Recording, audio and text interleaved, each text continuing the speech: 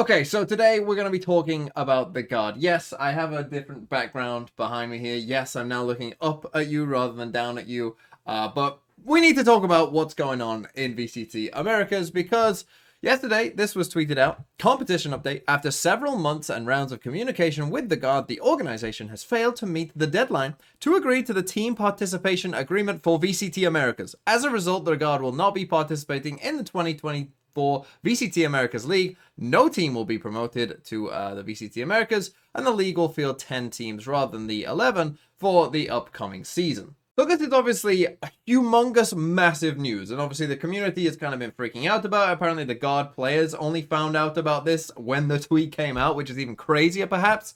But we knew that the guard didn't want to be maybe in esports anymore, and well, this is Leo kind of, confirming basically what happened and talking about their process of coming to that decision, right? Because obviously there's been a lot of talk about that decision to only have 10 teams and not allow, the guard players or whatever to actually compete in tier 1. So, first off, this is a very long tweet here, so we're not going to go through every single bit of it, but we will just, talk about it because that's what's going to happen. This won't be that visually of an interesting video, by the way, especially with my new setup, whatever, and me testing stuff out. So deal with it.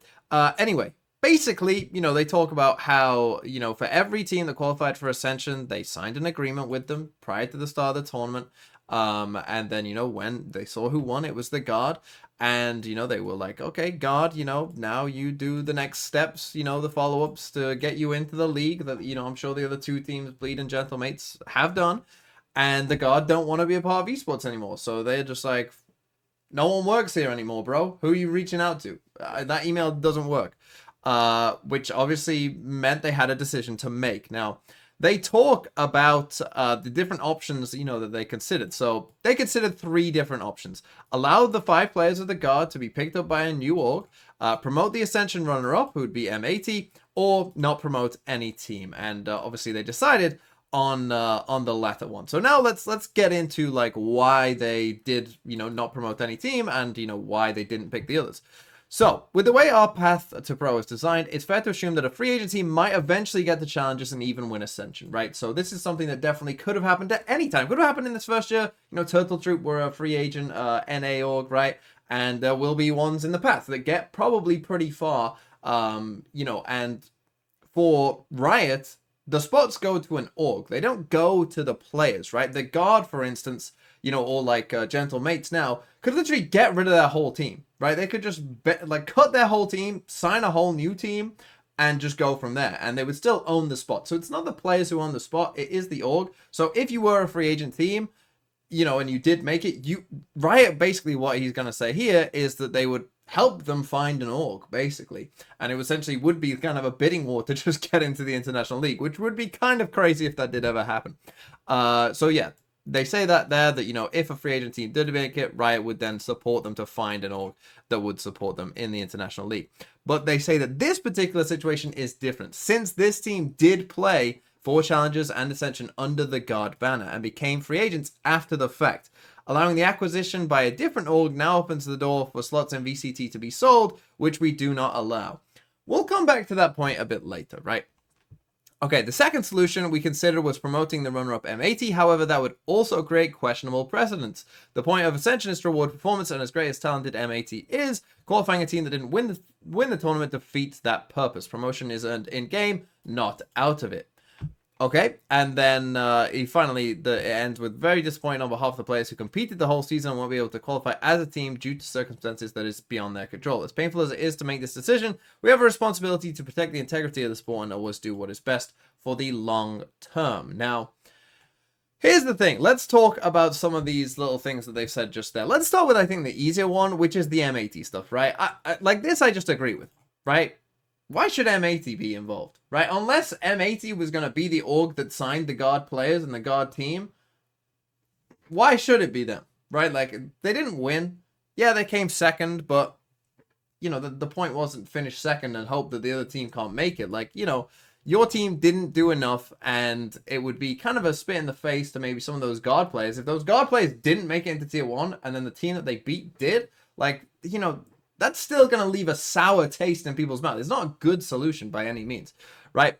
The one that I think is a bit more dubious, and I think a lot of people have kind of been on this train, is if a free agent team did win Ascension, how is that different to a VCT slot being sold?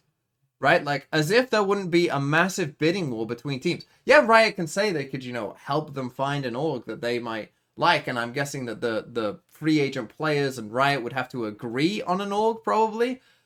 But it would still, I think, surely look like a bidding war. Unless Riot already has, like, a big list of all the orgs that they think, like, here's our 11th, 12th, 13th, which maybe they do, but, like, it still feels like that could be a bidding war. And even if they do have a big list of all the orgs that, like, they do have in their trust pile and not in their trust pile, right? I don't see why Riot couldn't approach the orgs that maybe they do have in their trust pile to maybe sign the guard, right? Like, well, I don't really see the difference, I'll be honest. I understand that, now that we're, getting close to the start of the year, it's going to be more tricky for, someone's got to sign the guard and they've got to, do all the relocation and, make sure that everything is set up for the players to make sure that they're in a good spot and whatever. And the org will have a lot of work to do in a very short space of time, as will Riot, to get this all started, right, before the league season starts. But still, it just feels a bit wrong, right? It just feels a bit wrong. And I feel like this was always going to be very tricky because pretty much any solution that you go for is gonna have some problems, right? Like, it's not gonna be easy. As I said, the time constraints of this and whether you can find the right org to even sign the guard players would be a big problem. Obviously, doing nothing and just not having the guard be there feels very bad because it's like, what? It was just all for nothing. It was just all for naught. This whole thing was just for nothing. And look, I mean, a lot of people are angry at Riot. I feel like somehow the guard has gotten away with. I guess they don't exist anymore. So it's like being angry at a spirit, right? It's like being angry at the wind.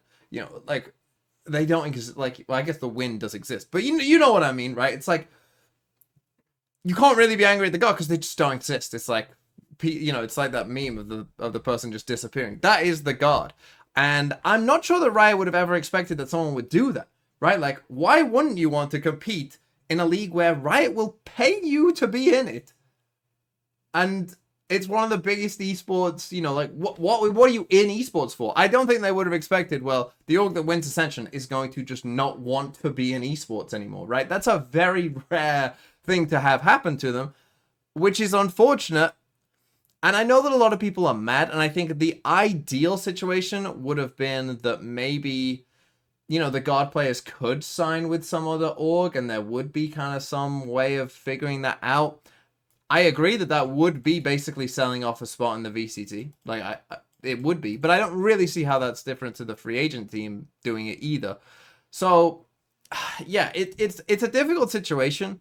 I feel like Riot is catching a bit too much flack for this, to be honest, because I can understand, and maybe for the long term, it is better.